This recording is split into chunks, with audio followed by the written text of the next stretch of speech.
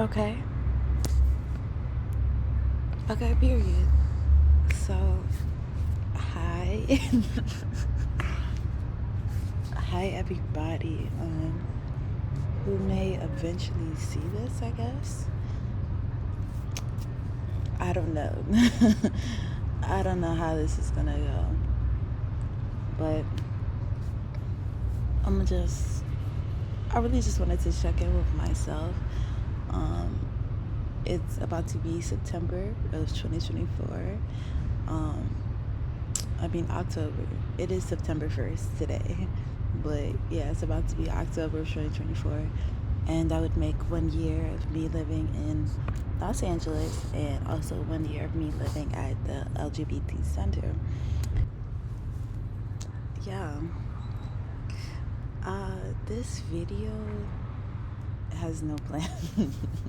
This video has no plan, no structure. I just felt like talking. I'm just trying to get more used to talking like to the camera because that's what I want to do, like YouTube and stuff like that, and just share my life thus far. Coming to California. Yeah. So, August of 2023, we could start there. I was in Florida. I had moved back in with my dad. My dad lives in my dad and my family live in of Florida, if anybody knows where that's at. So I had actually moved back in with my dad. Before then, I was living with my grandparents. I was just moving around a little bit and just struggling a little bit financially. So I was there living with him, with my dad, my little sister, and my grandmother.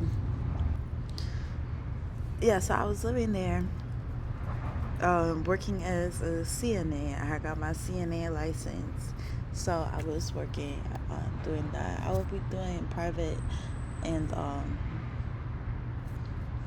and then also working for an agency. I was doing that. CNA is cool, good money. I'm just not.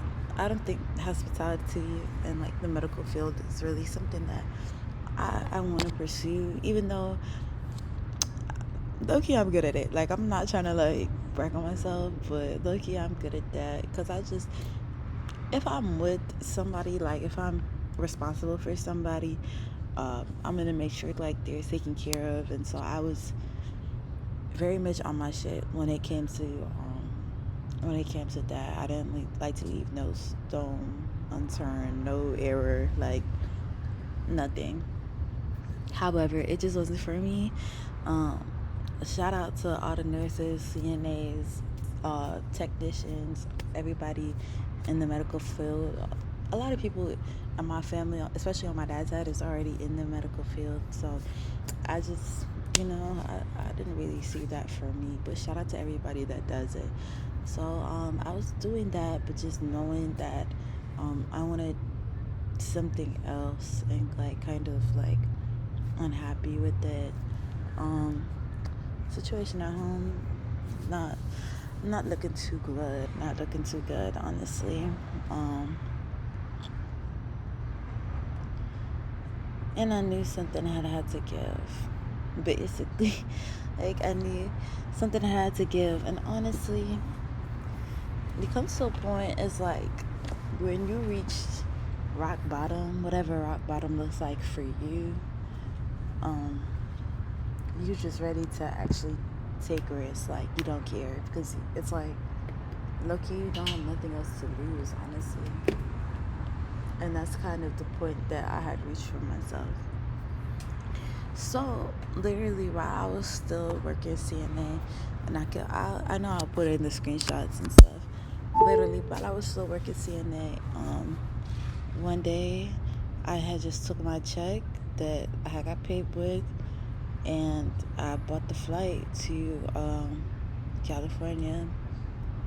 No plan. No plan at all. I didn't know where I was gonna stay. I was gonna eat. Nothing. I didn't know jack shit. Um, yeah, I have booked that flight. Uh, I'll put the screenshots of that in there, and I basically laid low.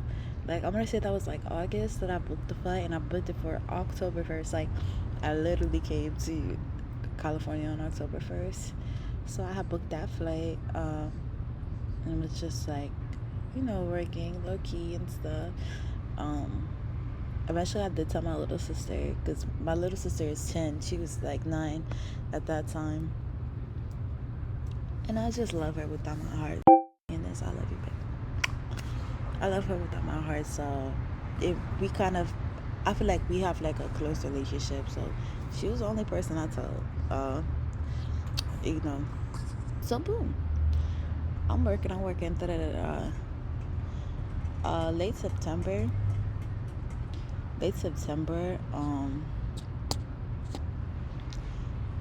So my dad's girlfriend have moved in during the time that like I was living there. Like, my dad and her were already dating, have been dating for like a year, but during that time she had moved in. And I thought like everything was like cool with her. Like, we was actually co-workers at a certain point because we was working at the same CNA job. Like, she had put me onto that. So it was whatever, but it came to my attention through my cousin. My cousin in New York was telling me that um, her and my dad was just basically talking a whole lot of shit, like to her brother, so my other cousin, basically, just talking about how I don't help out and just, I guess, all the shit that I just don't do. Yeah. Um, I had heard about that a couple of days before this incident took place. So now I'm like, okay. In my mind, I'm like, okay, I'm leaving anyways, but still playing it cool. It's whatever.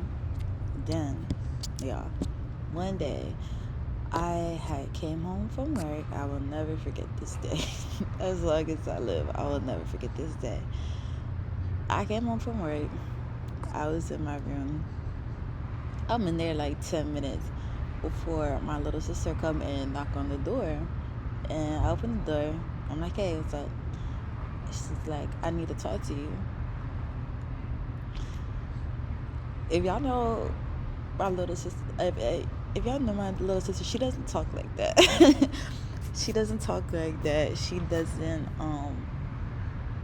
She's kind of serious, but she's rarely serious like that, to the point that, yes, we need to talk. I'm the one that be saying I need to talk to you and come in if it's any issues between us or whatever. I'm the one that says, we need to talk or whatever, like. But yeah, she said, I need to talk to you. I'm like, okay, cool. So I brought her into my room. She proceeds to tell me that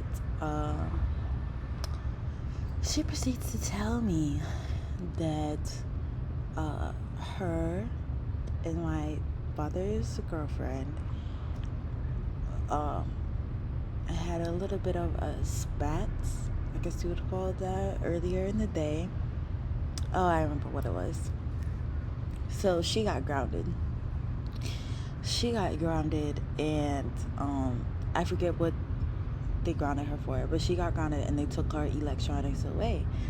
And the girlfriend had made a remark that I need my electronics taken away too. And my little sister was like, why? Or something like that.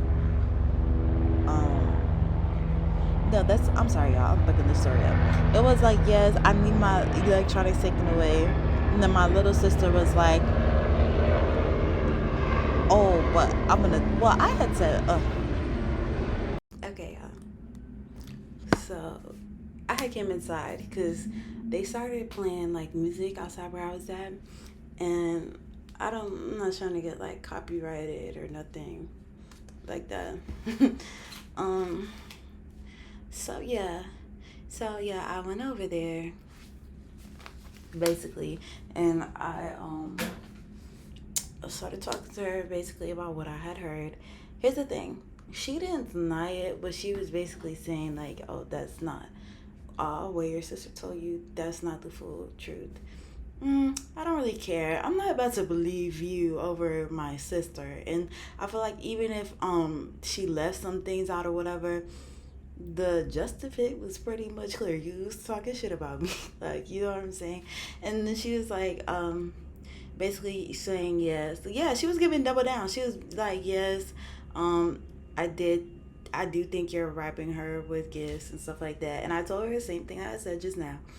There's no reason to bribe her. She is my sister. The stuff that I do, like I told her and I told my sister the exact same. I told my sister like, let me say like, I don't know what name I'm gonna use for my sister, but I told my sister like, I buy stuff for you when I can, cause I just am. Like you're my sister. Here's the thing. I still remember being my sister's age, and I know, like just little stuff like that, like making sure I got what I need for school, making sure, you know, I needed to eat or just McDonald's sometimes, like when you pick them up from school, just little shit like that. Like they like that shit. So that's nothing, bro. Like close, that's like I really don't care. And my sister already knew that, and so I had told her that, and it was just I don't think she could fathom that in her head. Honestly, I don't think she could comprehend that in her head. Just doing something so much things for somebody just because purely off of that you love them. So, mm-hmm. So that was that. Um, the bad influence part. I don't remember what she said about that. It might have been about smoking, because at the time, like me and my grandmother, we were using the same car, and I was used to be still do low key smoke carts, like so they have found like a cart in the like in the console area basically. So you know what that means. I'm a crackhead basically. I'm basically a crackhead because you know they have found the card. So I think that's where she was trying to get at with that whole bad influence thing, because it's really I didn't do nothing else. Like she acting as if I'm out here scheming, trapping, doing all this fucking doing all this crazy shit. I'm literally just smoking and going to work. But okay. So yeah, um, it did start getting heated. Because it started getting heated when I started calling her out. Yeah, cause I was telling her basically I feel as though I still feel as though, but it's basically been proven now. But her and my dad are in a toxic relationship. She moved in with my dad, um, partially, mostly, to cover her own ass because she was getting divorced from her ex-husband, and he was gonna have her sell the house. She was fighting hard to keep the house. They both, her and my dad, was fighting hard to keep their houses in the divorce. But every single lawyer that she got was telling her she's gonna have to sell the house, because I think she was trying to have it where he continued to pay her mortgage or something like that. Everybody was telling her, no, he's not going to keep paying this mortgage, and if you can't, but she couldn't. She could not pay her own mortgage. She was working the same job I was working, so I know she could pay no mortgage. So it was giving, yes, girl, you're gonna have to sell the house. So that's partially why she had to move in with my dad. And I said that. I'm like, and the reason why I said that is because from since she moved in, she kept painting it as, I'm doing this to help out your dad. You're doing this to help out yourself. Okay. Now, surely it's kind of maybe in their twisted heads, kind of a win-win situation for them. Like, you need help, come in here and just help me out in the house and whatever, however that happened. But You know what I'm saying? You benefited definitely most because you was about to be on your ass. And I remember she was saying she was looking for, before any of this moving in talk came up, I remember her telling me she was looking for apartments and shit like that. And it just must have fell through because next thing you know, she living out our backyard. So when I started getting into that kind of tea, she became irate. She became absolutely irate. She transformed right before my eyes. Like this, she's like this typical. She's from like South Carolina or something like that. So she has that strong Southern accent. So she's trying to portray herself, and she does portray herself as this sweet Southern belle. She's a Cancer for anybody who get into astrology. Yeah, she's trying to portray herself like as this sweet Southern belle kind of vibe going on. Um, but all of that dropped. Like, uh, I told her stop calling me honey or something like that. And she yelled. I was like, "Can you stop calling me honey?" Like, or something like, "I'm not your like. I have a mom. I'm not your honey. Like, please." And she was like, "Okay, Juliet, Juliet, da da da." Like, switch. I'm like, okay, if that's how it's gonna be now, okay, fine. Then it'll just be that. Uh, and she just started, um, yeah, just going off. But anyway, towards the end of it, she wanted me to leave. At this point, she's yelling. I'm kind of yelling. I'm just like, honestly, I really don't think I was yelling. I'm just talking strong. Like, honestly, I was just talking strong, saying, how I felt. It was nothing to really yell about. She felt more defensive. I don't think she was expecting me to clock her tea like that. So she has started yelling, and she wanted me to leave. But I'm like, girl, hold on. I'm not gonna leave. Let me call my dad, because I wanted my dad to hear basically this switch up, like how she was talking and coming at me. This is not how she portrays herself, especially around my dad. So I'm like, no, I'm gonna call my dad. I want my dad to hear this. But she was not going for that. She was trying to grab me up by my arm. Y'all, don't touch me. Don't touch me. Don't touch me. Don't touch me. Like, don't touch me.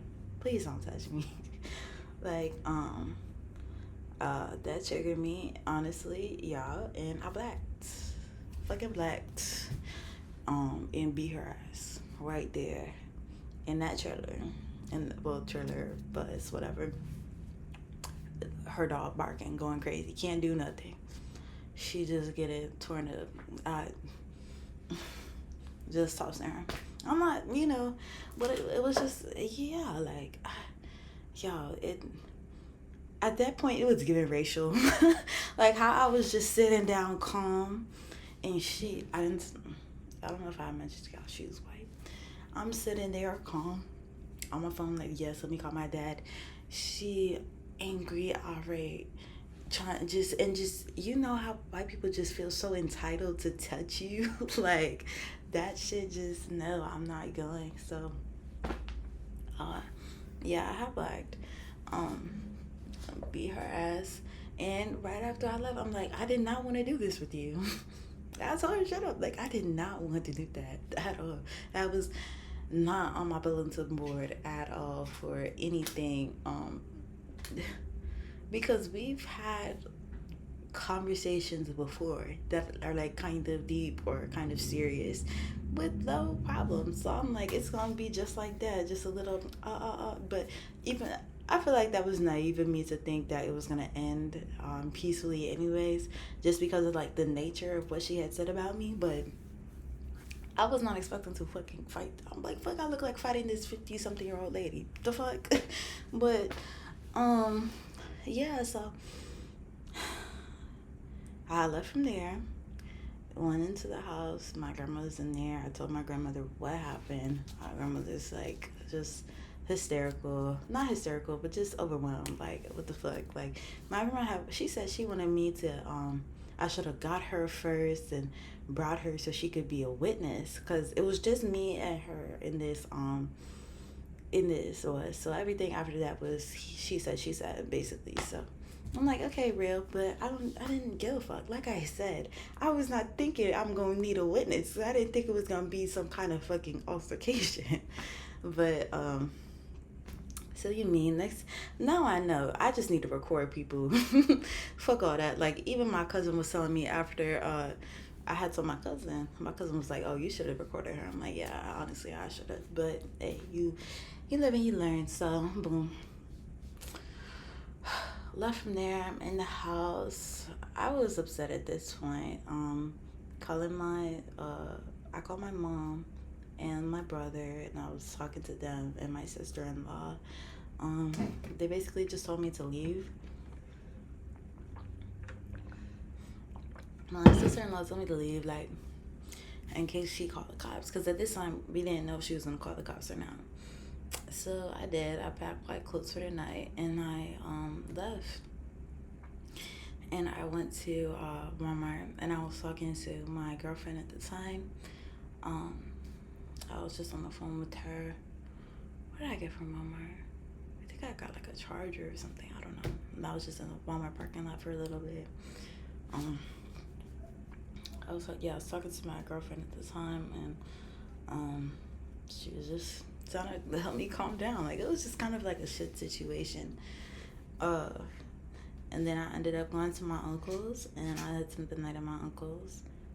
Came back the next morning. Finally, my dad was back. During that whole thing, my dad was not there. He was out in like Tampa working and stuff. So I came back by the morning basically, and I tried to tell my dad like my side of the story. And even when she had grabbed me like that, she had grabbed me hard. So I had like the impressions of her, like it was like this. Like I had the impressions of like her fingers and stuff on my arm. I tried to show him that he didn't really give a fuck. He told me, "You gotta go. We gotta figure out somewhere for you to go." And I'm like, "It's okay. I'm just gonna go." And he was like, "Where are you gonna go?" I'm like, "Don't worry about it." And he was just like, "Okay." So from then, I had went to Ross. Shout out Ross. I went to Ross and got me a suitcase and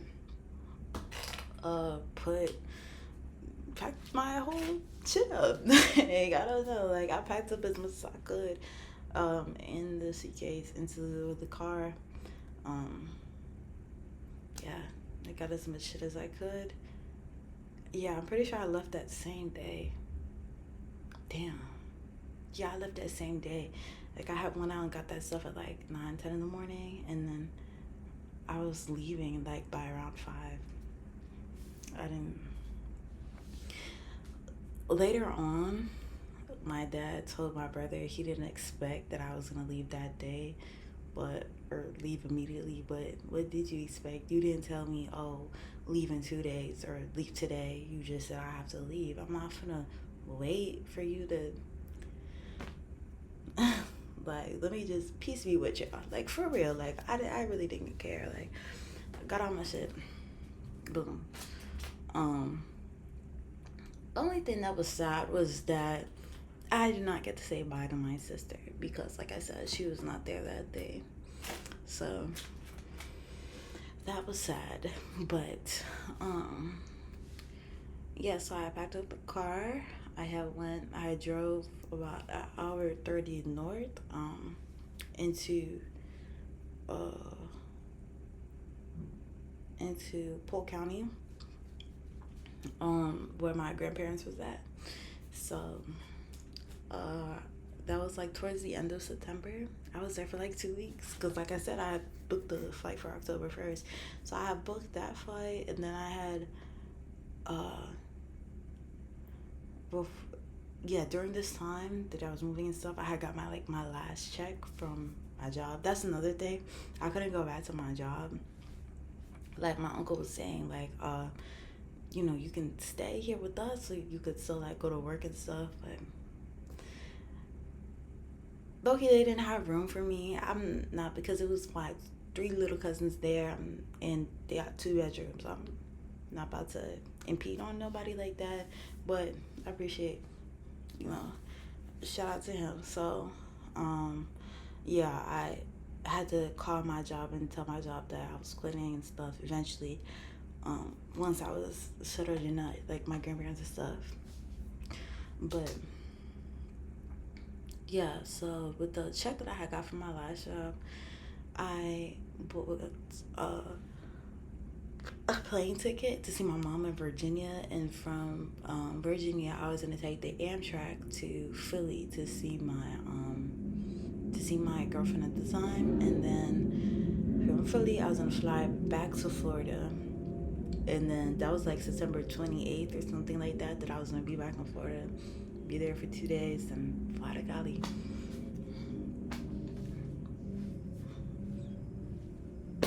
Like I don't know, like I don't know what other people would have done with my cards if they were dealt them, but that's what I did. And obviously, I didn't know how everything was gonna go in Cali. I didn't know what was about to happen. So of course I'm gonna see my mom because I don't know.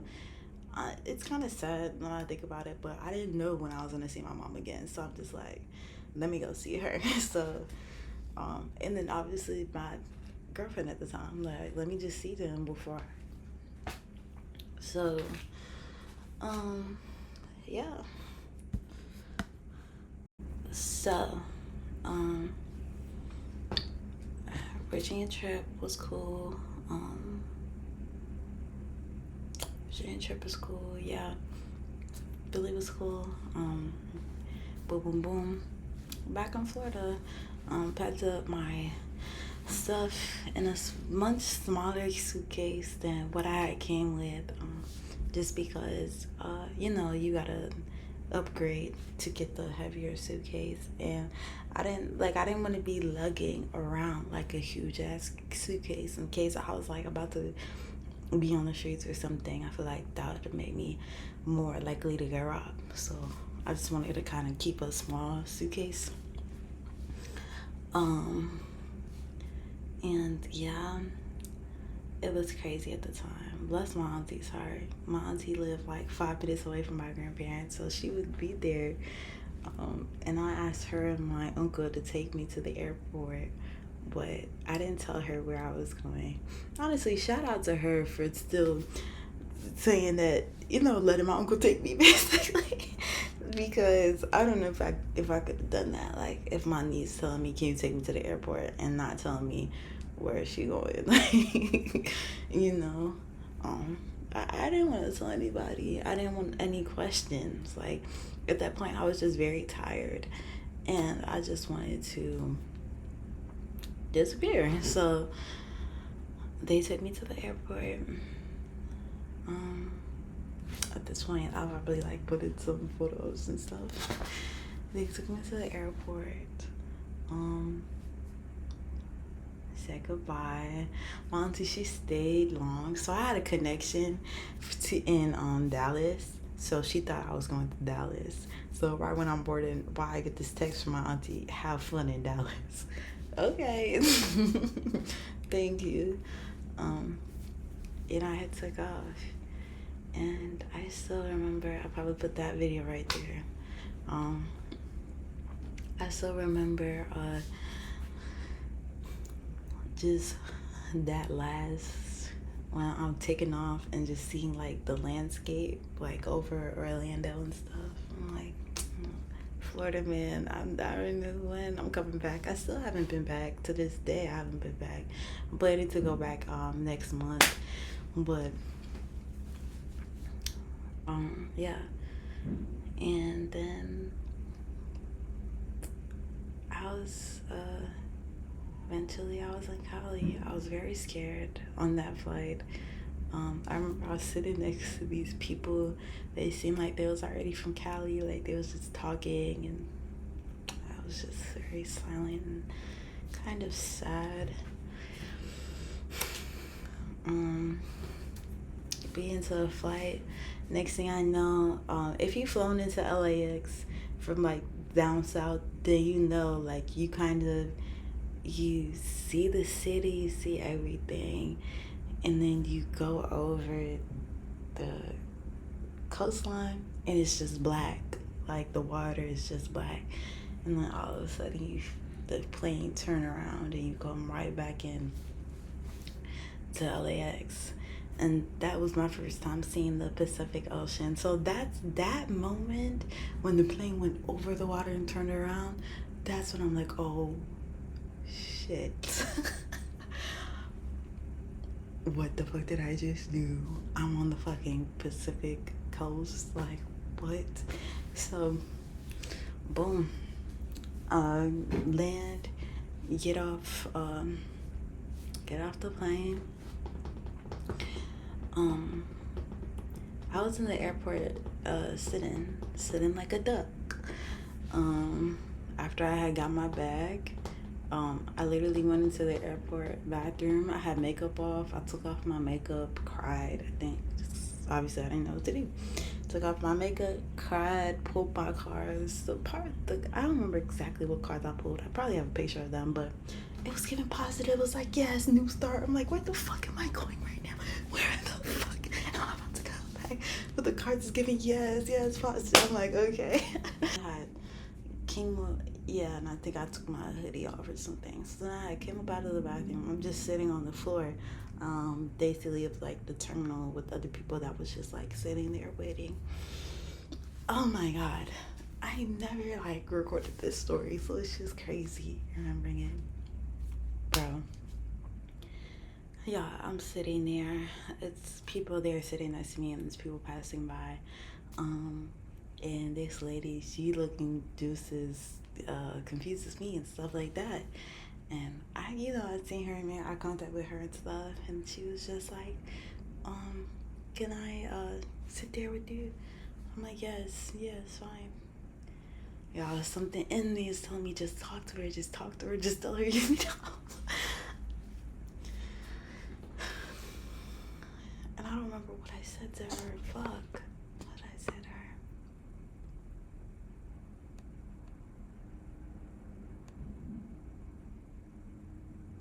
I was like, excuse me, do you have something? I don't know what I asked her. And she was like, yeah. She was like, are you okay? Do you need help? Like, she might have thought at that time that I was like a victim of human trafficking or something.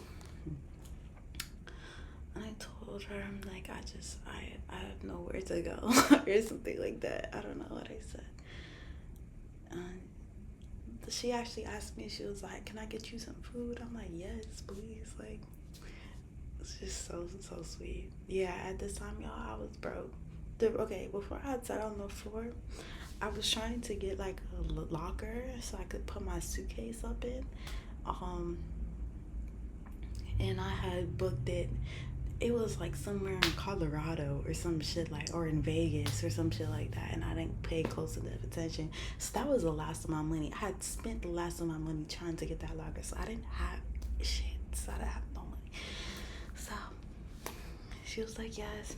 And so I just was walking with her talking. We were in the airport looking for food. And she was like, I was telling her like my story and stuff like that. She was basically just visiting. Like, she told me like she was there visiting like for work, or no, she was there to see a Coldplay concert. Yeah, she was there to see a Coldplay concert, and she was from Philly. But anyway, so she was leaving from LAX, but she gave me so much. Like, she gave me cash, tap card, a travel, toothpaste, hand sanitizer. Like, I'm like, okay, period. Like, I'm just grateful for anything. And then we sat down and she was helping me look at shelters. So I was like, well, I guess I'm about to go to this shelter that was out in Long Beach. And she was like, okay, yeah, her flight didn't leave for a couple hours. So yeah, I was about to go to this shelter out in Long Beach. She helped me find like the bus. I gave her a hug, I think, and that was it. But that was, if Vivian, if you're watching this, I love you so much. Thank you so much. Like, he was my guardian angel. Like, see. I guess boom. I'm on the bus now. Going to this place in what I thought at the time was the shelter in Long Beach. It's like 7 in the morning now. Um, so my girlfriend at the time, she was up. So she was talking to me, and I feel like we just both started to feel like hopeful. Like, you know what I'm saying? Like, okay, like something's moving. So yeah. And the bus going, mind you, this is I'm seeing like Cali's like architecture and all of that. I'm seeing all of that for the first time. So I'm just looking out the window and just kind of taking everything and taking in the people. Basically, yeah, I was close to where I was getting. Like I would say I was about to get off the bus in like um maybe 10 or 15 minutes. Here come this boy coming on the bus, and I had just noticed him um talking to the bus driver and like cracking jokes to the bus driver. Then he sat like across from me, but a little bit of front, and he just smiling, happy as shit. I'm like, okay, like look at me, and I was looking at him, and then we get off the bus at the same stop, and then we walk in. We end up going to the same place. So I had went in there to the place. Turns out it's not a shelter. It's like the headquarters of the shelter or something like that. But they were gonna let me leave my bag there. So so I did. And I had went to Jack in the Box for the first time. I just looked up food near me, and I just went to Jack in the Box, got some food, came back, and he was there in the waiting room. And so somehow he probably talked to me first, but we just started talking. I told him like I told him what it was. I just got off the plane. So he asked me, he was like, "So you don't know where you're gonna sleep tonight?" I'm like, "No." He's like, "Wow, that's crazy." I'm like, "Yeah." But he told me there's a place I know that you can go. This place right here, the Los Angeles LGBT Center. So I'm like, okay, cool, cool, cool. I'll keep that in the back of my mind. Um, and but yeah, I didn't go that day. So I was just staying there. I was just staying there at the place, like in the lobby. I don't know. I think I was just gonna stay there until it closed or something. Y'all know by now. I didn't have no plan. But he was there for this job. Uh, y'all know the people that be out selling phones. It was that. So his boss had came out and seen me, and he started talking to me and just basically trying to put me onto the job and stuff like that. And I had basically told him the same thing, like about what I was going through right now. And he was like, "So you just talking like this?" I'm like, but he told me, he was like, "I'm gonna help you because you just out here like that. That's crazy." Which it was crazy. Like I couldn't even feel bad about that. It was crazy. So um, he was able to get in contact with somebody she that he knew. He said I could probably stay with her, but if I couldn't stay with her, then I could stay with him. So either way, I was gonna have somewhere to stay. And shout out to all three of those people. Shout out to the guy from the bus, even though it's a little complicated there, but still, shout out to you if you're watching this. Shout out to you for putting me on. Shout out to, I think his name was Curtis, in Long Beach, for just looking out for me basically. And shout out to the lady. I don't know. I don't know if people is gonna want me to say their names or not, But shout out to the lady also in Long Beach that had took me in. So yeah, boom. I ended up going with her. Um, she she had like a couple of kids and stuff, but she had put like a little sofa, not sofa, air mattress for me on the floor in the kids' room, and I had just slept there for like a night. And obviously, like in hindsight, like that was just very open hearted of her for to have like basically this stranger basically um stay with her. But she had older kids and they told me, oh, she do this all the time. So I feel like they was used to it. But I really fuck with that. Just women that help other women, you know what I'm saying? Shout out to you. So yeah, I was there for like one night, and she had took me to the DPS office. So then I was able to get food stamps and GR that next day. Um, and then yes, so while I was in the place waiting for my food stamps and GR, I had a amazing, lovely call from my spiritual teacher, like my counselor, Miss Lauren Hagen. Thank you so much. That's my girl. Hey, if y'all know, y'all know. I love her down. But yes, I had a session with her. So I was talking to her during that time. And she was basically just telling me that she was proud of me for following my spirit, essentially, with coming to Cali and stuff. Because I did, y'all. Like I said, I didn't have a plan. I just was listening to my soul, like my spirit, and my spirit was tired, and my spirit was like, get the fuck out of here. And so I got the fuck out of there ASAP after that shit. So yeah, I got a call from her, and then also I was talking to the guy at that same time, and he sent me the address. um I was gonna go that night. Yeah, he told me I could come that night and stay with him. So yes, now I'm leaving from Long Beach to come to West Hollywood. So yeah, I had left on the she took me to the bus stop. I took a bus and a train, and the train stopped in Compton. Compton was a little scary, I'm not gonna hold you, just because I think it was night. Like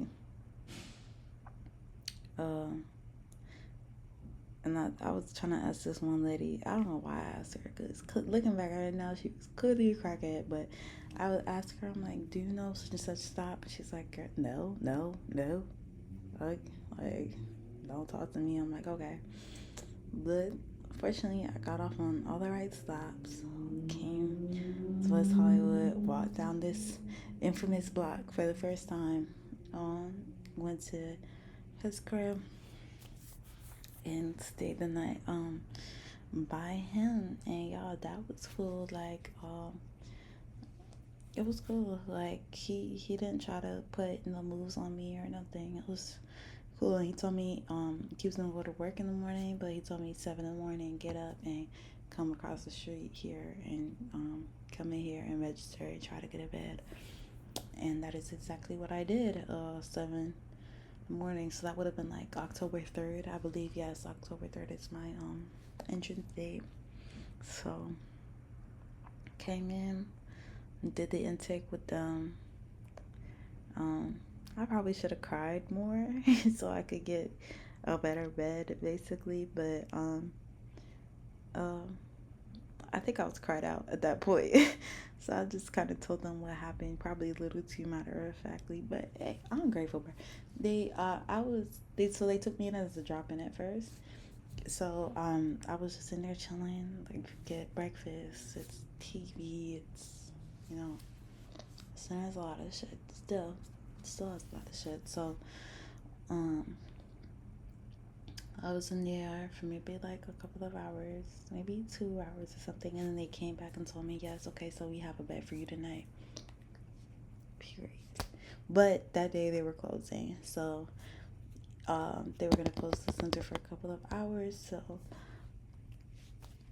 I did have to leave. So I just left with these two people that I just met. We went to a park down the street and we had just smoked and shit. And came back here. Um, Somebody I know still had bought me some pizza and stuff. I'm just very appreciative to everybody that helped me out throughout that journey. Everybody in California that I met in those first few days where I was so vulnerable. Um, I'm gonna keep it real. Like, people could have robbed me, people could have tried to fucking traffic me. Like, oh yeah, you could stay with me, but I'm actually gonna traffic you, type shit. Like, or all kinds of stuff. Like the stuff that they tell you to be scared of, basically. But it's just so many people out here that was just willing to like help, basically. And that inspired me. I'm grateful for that, and it also inspires me. I think I could actually be more helpful to um, other people around me that are actually like homeless, like on the streets type shit. Um, because it's just the little things, honestly, from me meeting Vivian in the airport to the lady taking me in with her kids to the dude that lived here putting me on to letting me sit with him and then telling me to come 7 in the morning. Like, just people that just push you in the right direction. I'm so eternally grateful for y'all. Like, even though me and that dude, we don't even talk anymore. Like, he used to live across the street, but he ended up getting in this apartment, and it was just kind of like some miscommunications and stuff between us. But I would never, ever take that from him, that he helped me like that, because I needed that and I appreciate it. So yeah, basically that is my coming to Cali story. Yeah, so I went in early October 3rd in ELB. I was in ELB for a couple months, and then now I am upstairs in TLP in the 2 month contract. And that's that on that.